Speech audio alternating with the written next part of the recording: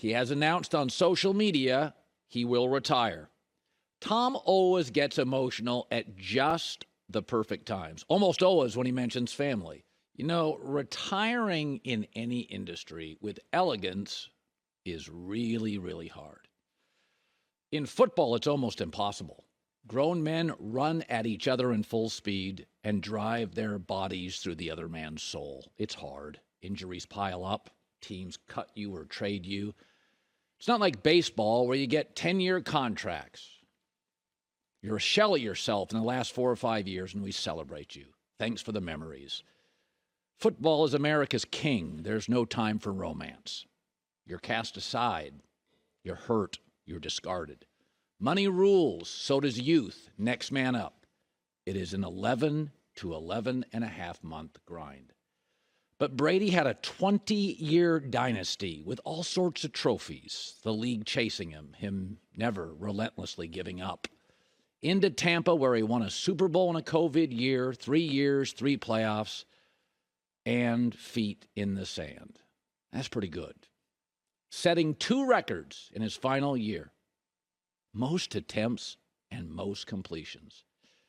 NFL records at 45. And 45 is an important number. That's the one he always talked about. Tom planned to play till 45. Not shocking. It's the year he retires. Tom's been around so long, the game has changed. From defense wins championships to, what's a fullback?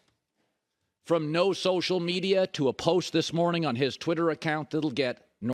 And he had a bunch of clients, most of them older. Some passed away. And I asked him one time, I said, what do they all have in common? It wasn't education. It wasn't their family. It wasn't any of that stuff. I said, what do they all have in common? And Bill paused and said, the happiest clients I have are the ones without regrets. It's powerful, right? That's Brady. He wanted stuff. He pursued stuff. No passive aggressive. He'd argue. He'd fight. That's a great message. He didn't really see obstacles. Tom saw opportunities. Like, I'll read business books once in a while. They always talk about that stuff. I'm not really sure if you can teach it. Some people wake up grumpy. Some people wake up happy. Some people wake up pessimistic. Some people, like Tom, wake up optimistic. There's no real obstacles, just opportunities. I tell my kids, you should watch the MJ documentary. And I've said this before on this show. It's amazing, right? Michael Jordan was the best player, the best looking player, the most stylish player, the best defensive player, the best everything. And yet it was hard. Really, really hard. Fighting with owner, fighting with GM, fighting with the Pistons, fighting with the Celtics, fighting with everybody, fighting with teammates, fighting with Rodman, punch the teammate. It was hard for Michael Jordan. It's been hard for LeBron. It was hard for Brady. Being good's hard. Being great's really hard. Being the GOAT takes your breath away. But Brady, I think, did it with some elegance. He really did. It's almost impossible. John Elway did it too. To leave in football in one piece, not discarded, not traded, not pushed aside for some younger player. As he said in his video, thank you. No, Tom, thank you. And I'm not going to give you advice. You certainly don't need it. But if I could whisper in his ear, I'd say, Tom, take some time. I mean, really. Personally, professionally, this took a bite out of you. Take some time. You've earned it. So Sean Payton is the coach of the Denver Broncos. I had talked to Sean off the air Monday after our segment, and I was convinced he was staying at Fox. He changed his avatar to Fox. So life comes at you fast when the big money comes rolling in. The Denver Bronco job is complex. For the record, most great jobs are. Netflix has a guy named Reed Hastings. He was the founder. He stepped down. Somebody else is going to be in the driver's seat for a while. Great company, complex, got some issues. All great jobs are. It's layered. There's challenges. There's some problems to solve. There's some unknowns. But what's interesting about Denver's, it is the opposite of a lot of job openings. So I went to PFF at 3:30 this morning. I got up, didn't go back to sleep. PFF. I went to depth charts. I texted 2 East Coast personnel guys I know. Denver's got dudes. That's not the issue. Great young safety, great young corner, great young running back, a left tackle, even their shaky offensive line. I read a preseason article that had it top 5 in the league before the season. They've got guards they like. They've got some unrestricted free agents. They'll have to solve it. But this is not Houston. This is not the Texans. This isn't the entire NFC South. Denver's got dudes. They've got rich owners. And they've got a GM that drafts really, really well. Perfect jobs, folks, they're never available. Somebody gave me life advice years ago, and I thought it was really smart, and I don't remember who did, but they said, if you're not bailing water for the first 6 months on any job, then you didn't challenge yourself. The last perfect job in the NFL was Green Bay Matt LaFleur. 4 years with Aaron Rodgers and 2 playoff wins. This is not like other jobs. You got players, you got personnel. Generally, when you take over a job, it's a weird owner, an incompetent GM, a bad roster, got to find a quarterback. No, they've got like 2 issues here. Not a lot of cap space for several years. And the Russell Wilson thing, he was so good for a long time, and then last year he was awful. What do? Don't kid yourself. 2 things are important to know here. This was a job for a veteran offensive coach.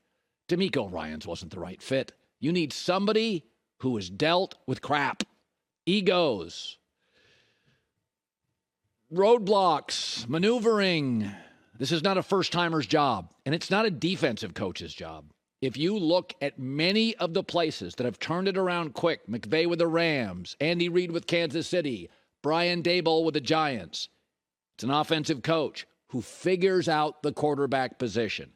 And I don't know exactly about the Russell Wilson thing. I don't know him well enough to have a strong opinion on him personally, but he was really, really good. And I said all year, there's no precedent for being 104 passer rating, 106 passer rating, 103 passer rating, 103 passer rating, the worst player in the world. It doesn't work like that. He didn't have a major injury. He's still pre-35. So if Brian Daboll can solve Daniel Jones with a bad roster, I think Sean Payton can solve Russell Wilson with a good roster. I sat down for 4.5 hours talking to Payton about 3 weeks ago. We talked about everything. He loved the city. What do you know about Denver? I'm like, it's a great American city.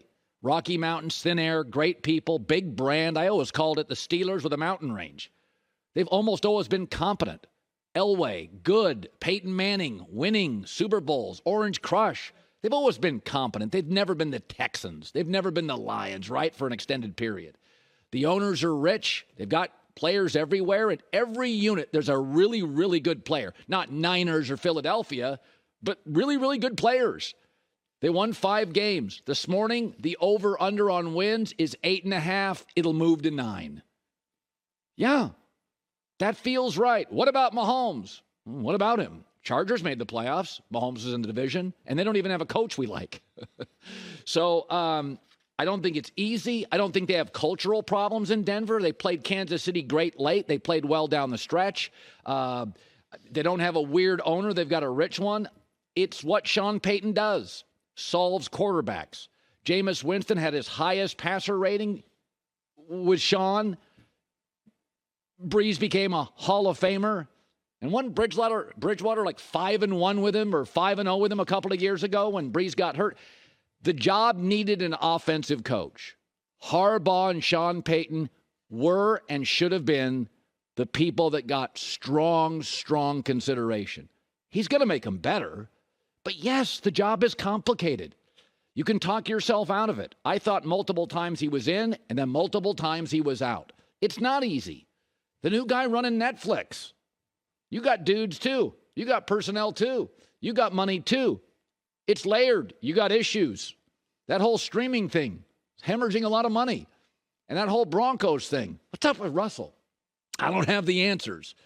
But solving quarterbacks is what Sean Payton has always done. By the way, we had Sean Payton on the show multiple times. And I asked him about, fixing Russ and about how the relationship goes with a quarterback. And he talked about the plays, the week of the game, what you use, what you don't, how to make the quarterback comfortable. Drew and I would discuss, hey, at the end of the week on Saturday, we'd be at the hotel. We'd finish the team meeting, finish the offensive meeting. The last thing we'd do before game day Sunday would be a DOP meeting where we'd go through, the plays in each section. Let's talk about the play action pass. I want to know your top three now after the week's finished. And I'd Sharpie these three. And I want to call those plays that he likes. And then I always wanted to know, hey, is there something you didn't like? And periodically, not often, but periodically, he might say, hey, I don't feel comfortable with that. I don't feel like we got a good enough look with that this week. And I just put a line through it. Then we'd want to set up the look in practice where it simulated the Chargers defense. And you want to get a rep or two where you're like, I see it. It feels good. Yeah, it's what Sean does is what the Broncos need, so it should work, and pretty quickly. He's also replacing a coach that was completely over his skis.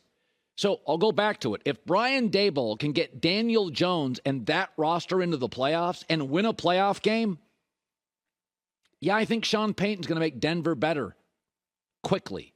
Super Bowls, no idea. Beating Mahomes, no idea. Competent, absolutely. Hi, everybody. Thanks for watching. Subscribe here to get the latest from the show. Also, be sure to check out more of the best clips from The Herd or go watch a few segments from other shows on FS1.